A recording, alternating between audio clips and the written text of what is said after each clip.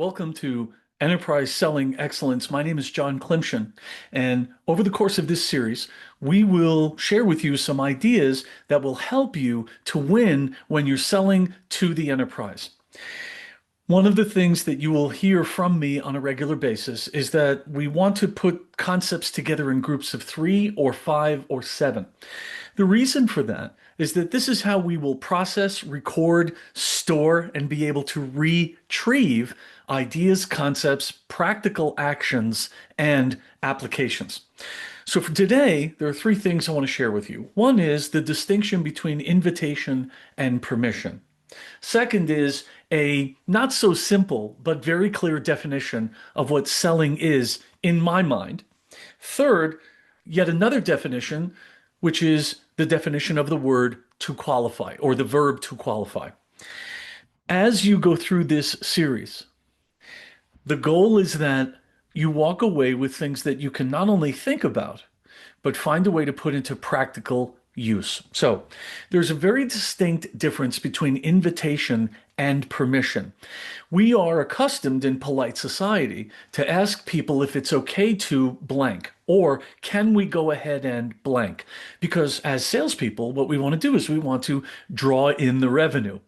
What I have found is in the enterprise conversations, what we want to do is we want to craft questions that will prompt invitations on the part of the other person. And think about it. The difference between invitation and permission is that an invitation comes from them to us. Permission, of course, still comes from them, but because we have asked for it, and they are left in control. We'll talk about this when we see each other at Channel Partners in Las Vegas. Second, my definition of selling is the following: having people feel good about making a positive decision to move the conversation forward with me today. Notice that we don't get into commission or rate or head count or payment terms, because what we do is we detach ourselves from the specific outcome. We engage in business conversations. So I'll give you that definition again.